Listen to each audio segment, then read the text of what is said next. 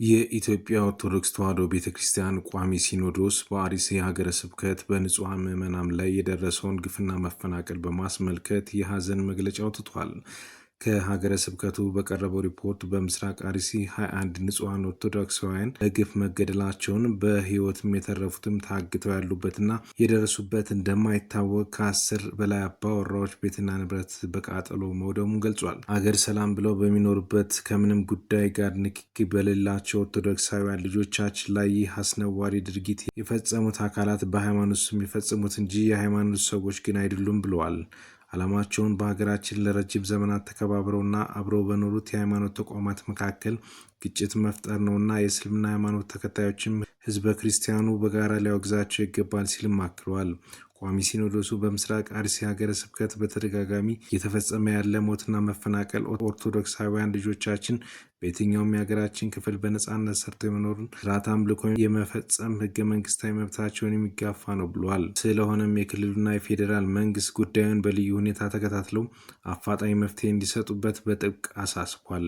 ቋሚ ሲኖዶሱ የአካባቢውን ችግር አስተማማኝ በሆነ መንገድ ተፈቶ ዘላቂ ሰላም እስኪገኝ ድረስ በቅዱስ ሲኖዶስ ምልዓተ ጉባኤ የሀገረ ሰላምና የቤተ ክርስቲያን አንድነት አብይ ኮሚቴ መሰየሙን አሳውቋል።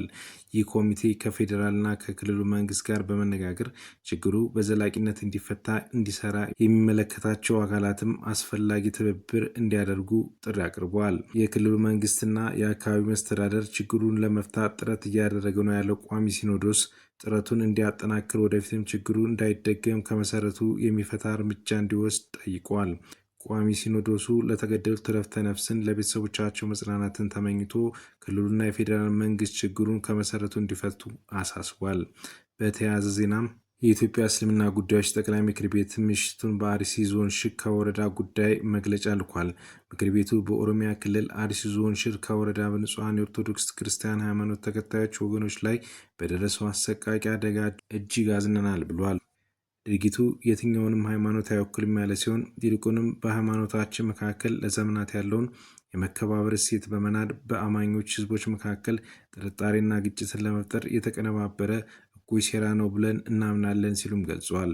መንግስት አጥፊዎችን በመለየት አፋጣኝ እርምጃ እንዲወስድ ምክር ቤቱ ጠይቆ ለሟች ቤተሰቦች አላህ መጽናናት እንዲሰጥ እንለምናለን ብለዋል።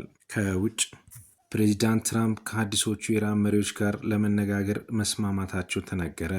የአሜሪካ ፕሬዚዳንት አያቶላህ አሊ ካሚኒን ጨምሮ በርካቶች የኢራን አመራሮች ከተገደሉ በኋላ ከአዲሶቹ አመራሮች ጋር ለመነጋገር መስማማታቸውን ገልጸዋል። አዲሱ የኢራን አመራር ከአስተዳደራቸው ጋር ለመነጋገር እንደሚፈልግና እሳቸውም ይህንን ለማድረግ እቅድ እንዳላቸው ተናግረዋል። መነጋገር ይፈልጋሉ፣ እኔም ለመነጋገር ተስማምቻለሁ፣ ስለዚህ አነጋግራችኋለሁ ብለዋል። ትራምፕ አክለውም ይህን እኮ ቀደም ብለው ማድረግ ነበረባቸው። በጣም ተግባራዊና ቀላል የነበረን ነገር ቀደም ብለው ማድረግ ነበረባቸው። በጣም ዘገዩ ብለዋል። ንግግሩ መቼ እንደሚካሄድ ተጠይቆ አስተያየት ከመስጠት መቆጠባቸውን አትላንቲክስ መጽሔት ዛሬ ምሽት ዘግቧል።